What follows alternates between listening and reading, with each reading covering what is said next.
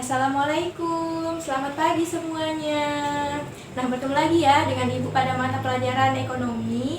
Nah, sebelum kita memulai pembelajaran kita pada hari ini, kalian lihat dulu ya di sekitar kalian itu ada tidak sampah.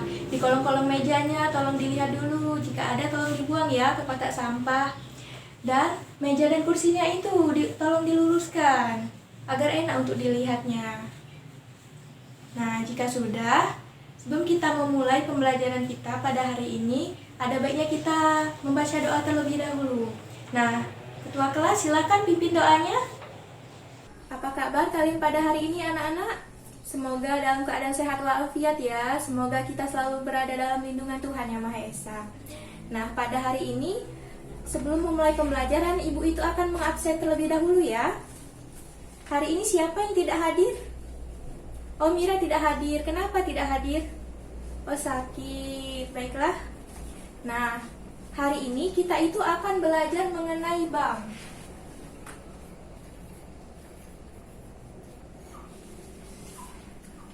Tetapi sebelum memulai pembelajaran, ibu itu akan membuat kesepakatan dengan kalian bahwa di pembelajaran ekonomi ini tidak boleh ya memainkan handphone. Jadi handphonenya itu tolong di-silentkan dulu dan dimasukkan di dalam tas.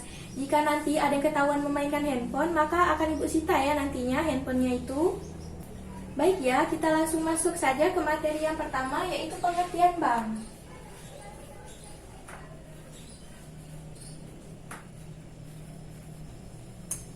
Nah, di sini ada yang bisa menjelaskan tidak apa itu bank? Baik, Rani silahkan jelaskan apa itu bank. Oke, benar sekali ya Rani jawabannya. Jadi, bank itu adalah badan usaha yang menghimpun dana dari masyarakat dalam bentuk simpanan dan menyalurkannya kembali lagi kepada masyarakat dalam rangka untuk meningkatkan taraf hidup rakyat banyak. Nah, bank ini memiliki dua fungsi.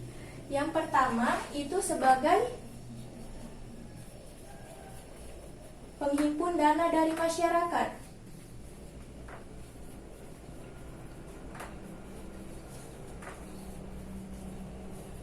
Yang kedua itu sebagai penyalur dana.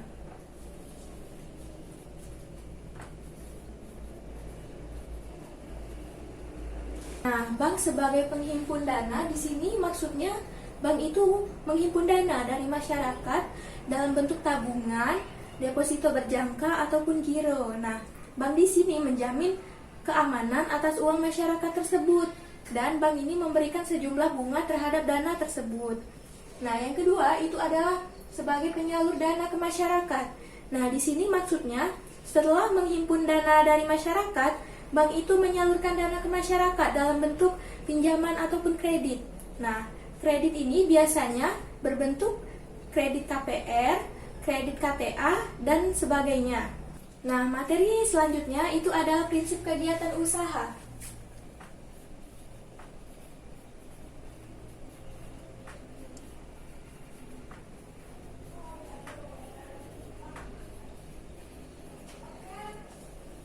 Nah, anak-anak, di sini ada yang tahu nggak apa ada berapa prinsip kegiatan usaha? Ya, silakan Bella. Ada berapa prinsip kegiatan usaha? Nah, benar sekali ya jawaban Bella. Sepertinya Bella tadi malam sudah belajar ya. Nah, jadi prinsip kegiatan usaha itu ada 4. Yang pertama itu prinsip kehati-hatian.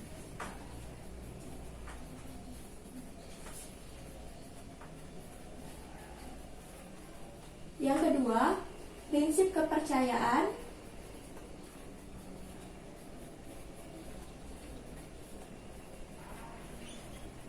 Yang ketiga, prinsip kerahasiaan. Yang keempat, prinsip mengenal nasabah.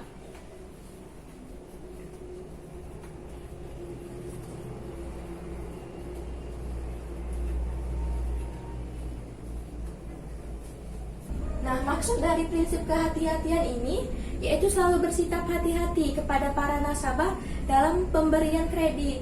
Nah, dengan cara memastikan kemampuan nasabah itu untuk memenuhi kewajibannya.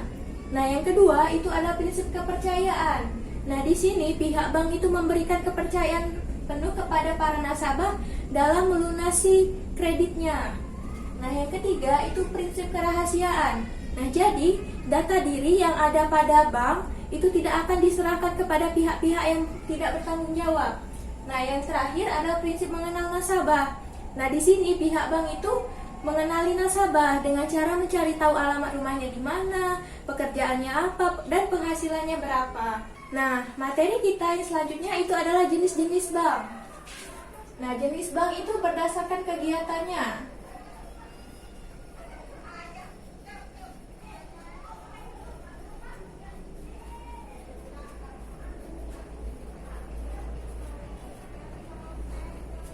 Nah, jenis bank berdasarkan kegiatannya ini ada berapa? Ada yang tahu tidak?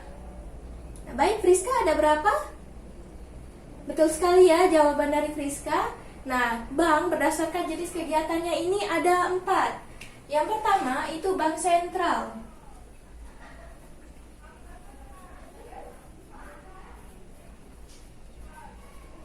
Yang kedua itu bank umum. Yang ketiga itu bank syariah. Dan yang keempat itu BPR. Nah, yang selanjutnya itu adalah bank berdasarkan badan hukumnya. Ini terbagi menjadi 3. Yang pertama itu perseroan terbatas. Yang kedua adalah koperasi. Yang ketiga adalah perusahaan perseorangan.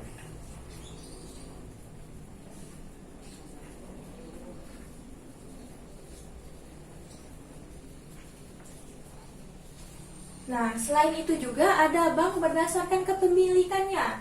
Nah, ini dibagi menjadi 4. Yang pertama itu bank milik pemerintah. Yang kedua itu bank milik swasta.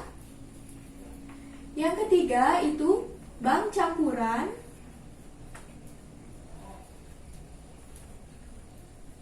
Dan yang terakhir itu adalah bank pembangunan daerah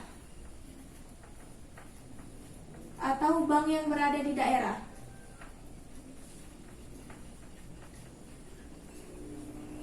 Nah, contoh dari bank milik pemerintah itu adalah bank sentral, yaitu Bank Indonesia tadi.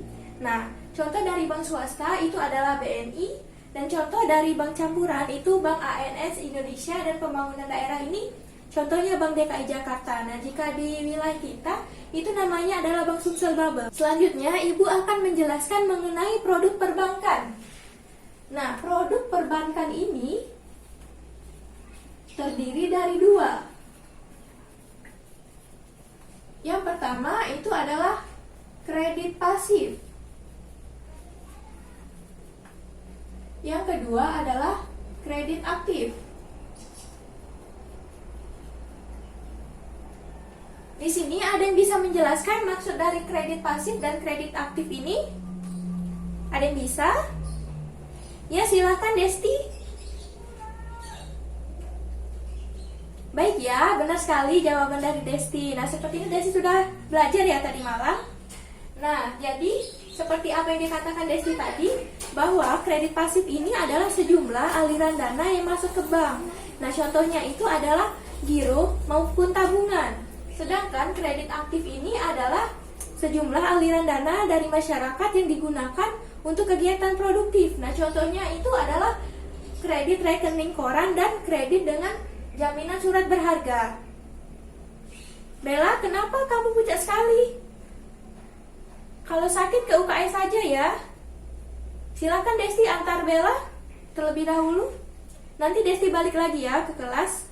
Maaf Rani, ibu dari tadi memperhatikan kamu itu ngobrol terus ya sepanjang pembelajaran ini. Tolong diam dulu ya, ditahan dulu ceritanya. Nanti ceritanya itu ada waktunya pada saat waktu istirahat. Tolong diam dulu ya.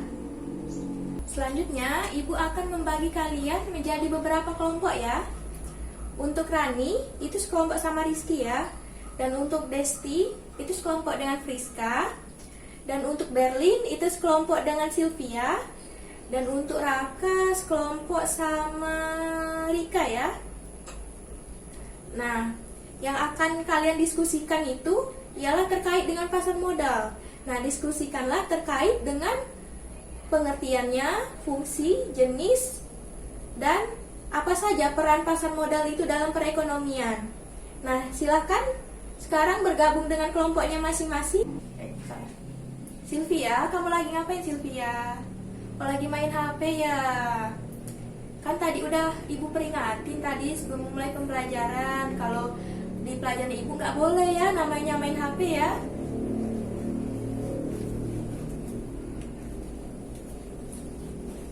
Jadi ini HP-nya Ibu Sita ya. Nanti temui Ibu di kantor pada saat waktu istirahat siang ya. Ibu rasa cukup sampai di sini ya pertemuan kita pada hari ini. Nah, untuk tugas kalian, minggu depan kalian itu akan presentasi secara berkelompok mengenai hasil diskusi tadi. Nah, minggu depan itu presentasi mengenai pasar modal ya. Nah, untuk Sylvia nanti tolong temui Ibu di kantor ya pada saat jam istirahat. Dan Ibu akhiri, wassalamualaikum warahmatullahi wabarakatuh.